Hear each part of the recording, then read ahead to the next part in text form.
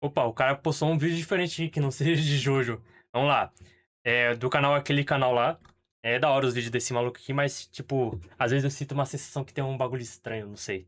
Bom dia, boa tarde, boa noite. Por favor, deixa o like, se inscreva no canal e ative o sininho. Valeu. Você é uma laranja mecânica? Cara, eu sou sem cultura. Eu peço perdão, rapaziada, eu sou sem cultura. Não assisti nenhum dos filmes Ica ou filmes de suspense. É, dos últimos 30, 20 anos. Estamos na Feira da Casa. Pois é, cara, vai ficar foda. É no mês 10 a 12. Eu não assisti Laranja Mecânica, Psicopata Americano, eu não assisti é, Eles Vivem, De Olhos Bem Fechados. O único que eu assisti foi o Clube da Luta. Mas ninguém deveria falar do Clube da Luta. No vídeo de hoje a gente Tem que vai pegar pra analisar assistir esses filmes aí. a Laranja Mecânica a partir do que ela realmente propõe. Não um Ô, filme sobre é violência um livro ainda. gratuita, mas uma obra que questiona de forma radical liberdade, moralidade e controle. A ideia aqui não é só falar de cenas chocantes ou da polêmica em torno do filme, mas entender como que o Anthony Burgess e o Stanley Kubrick Mas provavelmente constroem uma assistiu mais filmes que eu, possivelmente, cara. reflexão sobre o que acontece quando o ser Pô, cara, humano eu só fui perde assistir a ano capacidade passado de escolher, o filme do Alien. inclusive a escolha de Ano fazer o mal. passado, doido. A análise vai passar pela origem traumática do romance, pelo significado do título, pelo método Ludovico e pela maneira como o próprio filme transforma o espectador em parte desse experimento de condicionamento. Mais do que contar a história do Alex, o foco vai ser mostrar como que a obra expõe os mecanismos do Estado, da cultura e do cinema para moldar comportamento, E eu também não assisti desejo V de e Vingança. reações emocionais. Eu Então, se só você assisti o já Watchmen. viu Laranja Mecânica e filme é sente da que hora. ainda tem algo ali que te incomoda e que ainda deve ser explorado, ou se você nunca assistiu, mas quer entender por que esse filme continua tão perturbador, mesmo décadas depois, a hora é agora. Então, sabendo disso, vamos lá. Eu vou fazer uns vídeos nesse estilo aqui. Anthony Vai ser eu Burgess escreveu falando Laranja e só passando Mecânica as a partir imagens de um só. acontecimento real que ficar mais marcou fácil de profundamente a editar sua e vida sair e moldou a vídeo sua forma de mais enxergar o frequência no canal. comportamento humano. Caso que eu Durante preciso fazer esse canal dar certo. a Segunda Guerra Mundial, em 1944, enquanto ele servia no exército britânico, a sua esposa Aline foi violentamente atacada durante um apagão em Londres. Eita. O episódio, descrito pelo próprio autor como uma agressão grave cometida por soldados aliados, ocorreu enquanto ela ainda estava grávida e A resultou na maioria dos filmes que eu vi, eu só assisti os primeiros 20 minutos. Bastardos Inglórios mesmo. Eu não assisti os 30, 20 minutos finais do filme. perda do bebê. Eu tava O Burgess fazendo outra passou a associar esse trauma ao sofrimento prolongado da sua esposa nos anos seguintes e à maneira como a violência real se infiltra na vida das pessoas, deixando marcas bem duradouras. Foi a partir dessa carga emocional que nasceu Laranja Mecânica. O nome Laranja Mecânica surgiu a partir de uma expressão popular que o Burgess ouviu em Londres logo após a Segunda Guerra Mundial. Era uma forma informal de descrever algo profundamente estranho, deslocado, quase impossível de existir. O que chamou a atenção do Burgess não foi o significado da expressão em si, mas a imagem que ela evocava, a combinação de algo vivo e natural com algo artificial e mecânico. Essa imagem ficou guardada por anos e quando ele finalmente escreveu o livro, ele percebeu que essa ideia aparentemente absurda descrevia com precisão aquilo que ele queria discutir. A laranja representa algo orgânico, vivo e imprevisível, cheia de impulsos, energia, enquanto o termo mecânica, que vem do original clockwork, faz referência aos antigos mecanismos de relógio, movidos por engrenagens e molas, sistemas que funcionam sempre do mesmo jeito, sem vontade própria, apenas repetindo o movimento para o qual foram programados. Ao unir essas duas ideias, surge a imagem de algo que parece vivo e humano por fora, mas que por dentro funciona como uma máquina. O primeiro plano do filme já estabelece com clareza muitos dos temas centrais da narrativa. A presença de manequins femininos usados como elementos decorativos e funcionais introduz de imediato questões como a objetificação das mulheres e a relação entre violência, poder e representação artística. O enquadramento posiciona o Alex e os seus companheiros no topo da imagem, sugerindo uma condição de domínio absoluto naquele espaço. Esse plano funciona como um microcosmo da sociedade apresentada Não era um livro antes, já foi planejado para filme? Eu não tô pelo entendendo. filme, indicando que o Alex se percebe, ou pelo menos acredita, no ponto ponto mais alto da hierarquia social. Mais do que isso, a obra sugere que aqueles que detêm poder efetivo muitas vezes não diferem tanto de gangues organizadas, apenas operam sob outras formas de legitimação. Outro elemento crucial é o olhar direto do Alex para a câmera. Ao encarar o espectador, ele rompe a barreira entre a tela e quem assiste, criando uma identidade. Nada a ver. Pai, na outra live, disse que esse modelo parecia uma personagem de anime antigaça. Chamar que parece mesmo Yuki no jogo. Cara, não tem nada a ver com o Oregairu, mano. Aí, e o olho é cinza pra... É cinza, o olho é cinza aqui. Preto, cinza. Ele falou de um anime aqui que é aquele lá, Bushou Shoujo. Que é uma personagem lá que é Yandere que fica em cima do protagonista. Pior que fica realmente parecido. Identificação bem desconfortável. O filme sugere que existe algo do Alex na gente, assim como tem algo da gente dentro do Alex. Isso convida o público a refletir sobre a sua própria relação com a violência, mesmo que isso não seja totalmente consciente ou intencional. Na sequência seguinte, o grupo agride um homem marginalizado.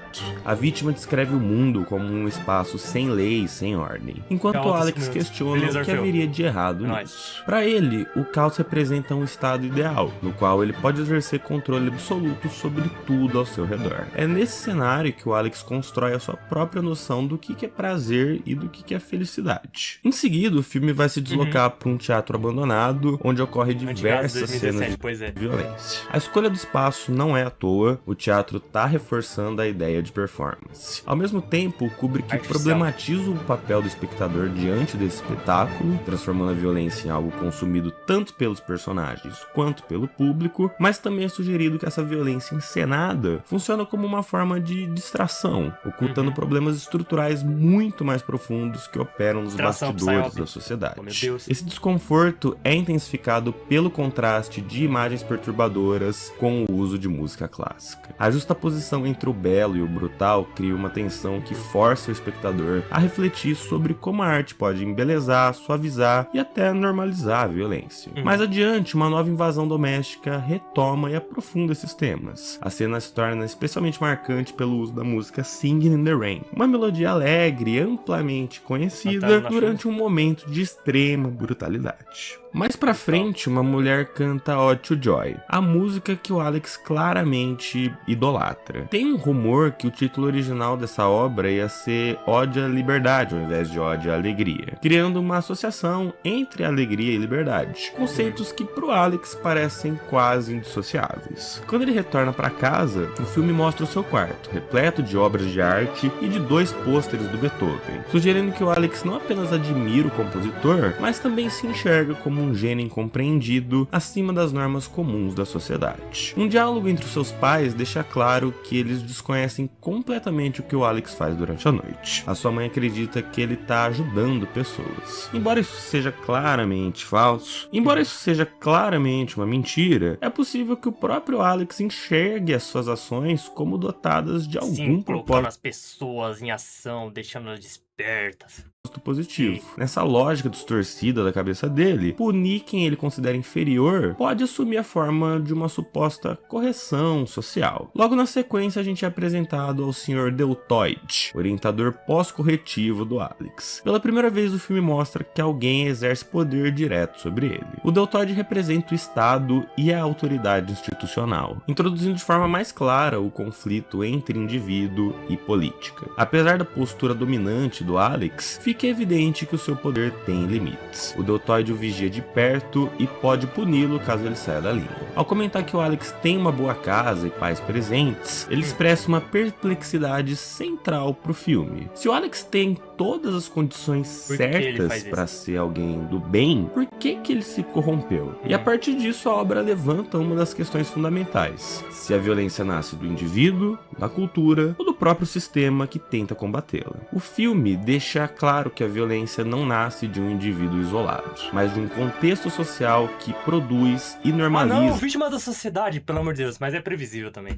A violência. Ela aparece como produto cultural moldado por estruturas de poder, valores compartilhados compartilhados e relações de Meu Deus, dominação cara. que se repetem até Eu tô parecerem ficando naturais. estranho, Essa ideia emerge dos detalhes do mundo ao redor do Alex. Figuras de autoridade exercem controle constante sobre ele, reforçando a lógica da obediência, enquanto a própria cultura que o cerca legitima a violência. A relação entre arte e brutalidade mostra que expressões culturais estão longe de ser neutras e moldam a forma como se vê e se pratica a violência. Quando o Estado entra em cena, a resposta não passa por entender esse sistema, mas por tentar contê-lo. Não tem interesse em questionar as condições que produzem alguém como o Alex, apenas em eliminar os sintomas mais visíveis disso. Essa mesma lógica vai se repetir na relação do Alex com os seus companheiros. No pequeno universo que ele constrói, não tem espaço para negociação. Quando o grupo tenta demonstrar ambições próprias ou então ameaçam a sua posição, a violência surge como ferramenta de manutenção do poder. O mundo retratado funciona quase como uma sátira da elite cultural. A música clássica é apresentada de forma artificial, os figurinos exageram símbolos aristocráticos e os cenários misturam sofisticação estética com a objetificação constante do corpo humano. Tudo contribui para desmontar a ideia de uma separação clara entre alta e baixa cultura. O Alex não age a partir do nada. Ele só está reproduzindo os valores e comportamentos de um imaginário cultural que acabou formando ele. O Kubrick também faz um comentário metalinguístico sobre o próprio cinema, colocando a violência filmada em diálogo com aquela presente em outras formas de arte. Esses caras fizeram realmente isso aqui no maluco. Tem cirurgia que faz isso aqui, mas pelo amor de Deus, é desconfortável pra caralho. Tradicionalmente Isso, legitimadas. Se a agressividade causa repulsa na tela, por que ela é aceita ou até admirada quando aparece numa pintura ou numa escultura? O filme expõe como que a violência pode ser estetizada e elevada culturalmente, convidando o espectador a refletir sobre o impacto que padrões violentos, misóginos e autoritários vão exercer na formação do indivíduo. O fato da obra ser associada a crimes reais, ainda que lamentável, reforça esse ponto mostrando o poder que a cultura tem sobre o comportamento humano. Quando Alex é preso e brutalmente espancado pelos policiais, a relação de poder que antes o colocava como agente da violência acaba se invertendo. O deltoide entra para falar com ele e em determinado momento ele se inclina na sua direção e se aproxima da câmera. O enquadramento vai ecoar diretamente com a cena anterior que o Alex invade a casa do escritor. O ângulo sugere dominância. Assim como Alex exercia poder sobre o escritor, agora a força institucional do Estado está se impondo sobre ele. Esse momento vai marcar o início da desconstrução gradual de tudo que foi estabelecido nessa primeira parte do filme. O mundo do Alex vai começar a ruir, a sua posição de controle e autonomia vão desaparecer e ele vai passar a ser moldado por forças externas que não oferecem escolha que não seja pura submissão. Na prisão, a tentativa de corrigir Pelo amor de Deus, só pedrada. e ele, por meio do medo, se revela ineficaz. A cena onde o Alex se imagina inserido nas histórias da Bíblia evidencia esse fracasso. Os ensinamentos religiosos são distorcidos em fantasias violentas, demonstrando que a sua estrutura interna permanece inalterada. A moralidade não é assimilada, apenas reinterpretada segundo seus impulsos. Com a chegada do ministro, o Alex é selecionado pro tratamento Ludovico. Em conversa com o diretor da prisão, surge a menção de uma nova visão que o governo pretende implementar. O próprio ministro justifica o experimento pela necessidade de abrir espaço nas prisões para presos políticos, o que sugere uma guinada autoritária, possivelmente de viés fascista, do regime apresentado no filme. A violência deixa de ser apenas um problema moral, passa a ser instrumentalizada como ferramenta de controle político. O tratamento Ludovico não busca eliminar os impulsos violentos do Alex, mas bloquear sua capacidade de agir. As suas tendências permanecem intactas. Apenas a sua expressão é suprimida.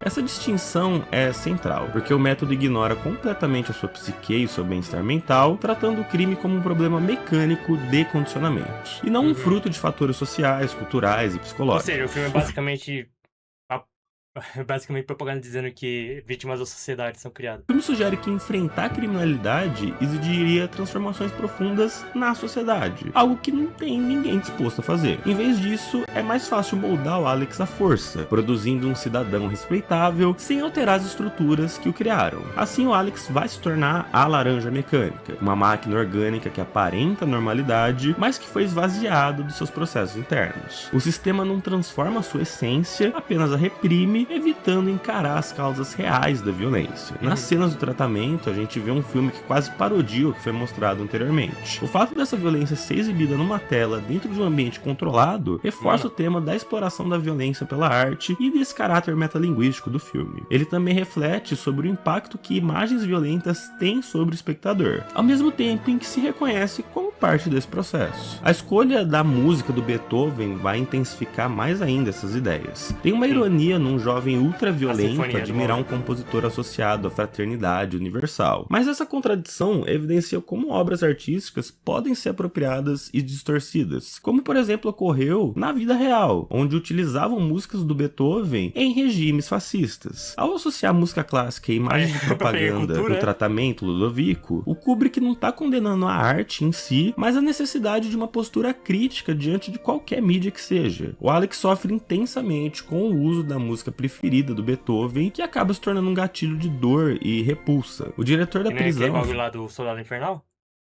Da Marvel? Afirma que o tratamento vai substituir a lógica do olho por uma solução humanitária. A ironia é que grande parte da segunda metade do filme vai se organizar justamente em torno do retorno violento daqueles que o Alex feriu, agora aplicando contra ele essa mesma lógica retaliatória. Assim, o filme vai evidenciar que a sociedade permaneceu aprisionada aos mesmos impulsos de vingança e violência que afirma ter superado. O Alex é expulso de casa e em seguida reencontra o mesmo mendigo que ele havia agredido no início do filme. E agora a situação se inverte. O Alex se vê sozinho diante de um grupo. Antes ele tinha poder por estar em maioria, agora a força dos números está contra ele. Logo em seguida a gente descobre que o Jim e o George se tornaram policiais. A diferença entre eles e o Alex está em como eles canalizaram seus impulsos. Enquanto o Alex agia fora do sistema, eles colocam essa mesma violência a serviço do governo. Eles deixam de ser membros de uma gangue. Só mudou o papel.